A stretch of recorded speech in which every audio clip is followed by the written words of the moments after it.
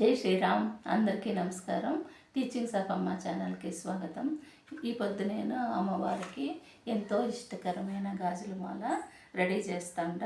గాజుల మాలకి కావాల్సిన వస్తువులు గాజులు, పసుపు, దారము, ఇవి మూడు ఉంటే మనము అమ్మవారికి ఇష్టమైనట్ల గాజుల మాల రెడీ చేసేయచ్చు. ఇప్పుడు గాజుల మాల రెడీ చేస్తాంట. వారికి గాజుల మాల రెడీ చేస్తాండ. ఇప్పుడు ఒక్కొక్క గాజే తీసుకొని మనం ఇట్లా అల్లుకోవాలి. ఇట్లా మధ్యలో పెట్టుకొని ఇట్లా మధ్యలో పెట్టి దాని మధ్యలో ఇంకా ఇట్లా దారం తీసి మనం ఇట్లా చుట్టేసుకోవాలి. చుట్టేసుకొని మళ్ళీ ఇట్లా మధ్యలో తీసేయాలి.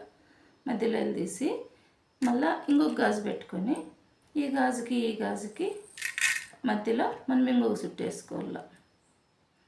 చుట్టేసుకొని ఇట్లా అప్పుడు తీసినట్లుగా తీసి ఇట్లా గాజు జోడించుకుంటా మనం ఇట్లా చుట్టుకుంటూ వచ్చేది. అంతే, కష్టం ఏం లేదాడా. ఇట్లా గాజుకి మధ్యలో చుట్టేసుకుంటూ వస్తే ఇట్లా వస్తే బాగా నీట్గా ఉంటుంది. ఇట్లా గాజు అయినాక ఒక్కొక్క గాజు అయినాక ఇట్లా మనము చుట్టేసుకుంటూ వచ్చి మళ్ళీ దాంట్లో తీసుకొని ఇట్లా తీసి ఇట్లా నేసేది.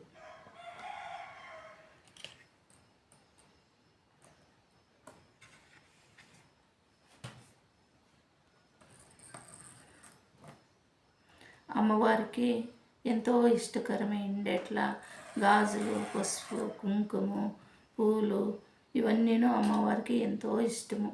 మనం ఇవన్నీను అమ్మవారికి మనస్తృప్తిగా మనం సమర్పిస్తే అమ్మవారికి ఎంతో ఇష్టకరమై మనం కోరిన కోరికలన్నీ నెరవేరుస్తారు. ఇట్లా ఒక్కొక్క గాజే మనం అల్లుకుంటా జోడించుకుంటా గాజులు అల్లుకుంటా పోయేది. గాజులు అల్లుకుంటా పోతే గాజుల మాల రెడీ అయిపోతుంది. గాజుల మాల రెడీ అయిపోయినాక మనము అమ్మవారికి సమర్పించేసేది. అంతే, చూడు ఎంత బాగా వస్తుందో. ఒకటైనా ఇంకోటి వేస్తూ వస్తే ఇట్లా స్టెప్ బై స్టెప్ దాని మీద ఒకటి వస్తుంది. వేసి ఇట్లా తీసేసేది. అంతే, కష్టం ఏం లేదు. మనముకి ఓపికండి మనం చేస్తే అన్నీను బాగా పనులు నీట్గా అవుతాయి. ఓపిక లేనిది మనం ఏమీ చేయలేము, ఏది సాధించలేము కూడా జీవితంలో. ఓపిక అనేది చాలా ప్రధానమైనది. ఇవన్నీ చేసుకోవాలంటే పండుగ పనులు ఉంటాయి, హడావిడి ఉంటుంది.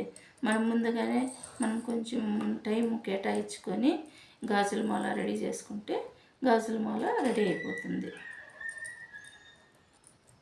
అంతే, చాలా టైట్ తీసుకోకుండా కొంచెం లూజ్గా అల్లతా వస్తే ఇట్లా స్టెప్ బై స్టెప్ దాని ముందు ఒకటి వస్తుంది.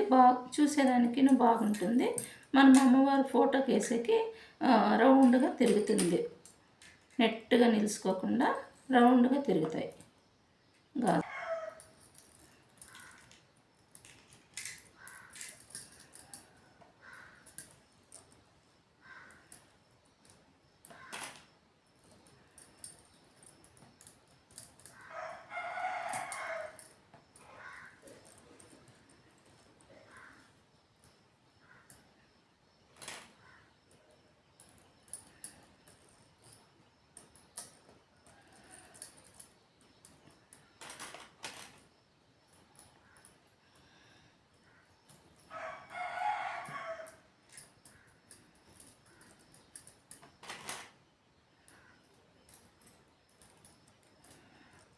ఇంతే, గాజుల మాల రెడీ అయిపోయాయి.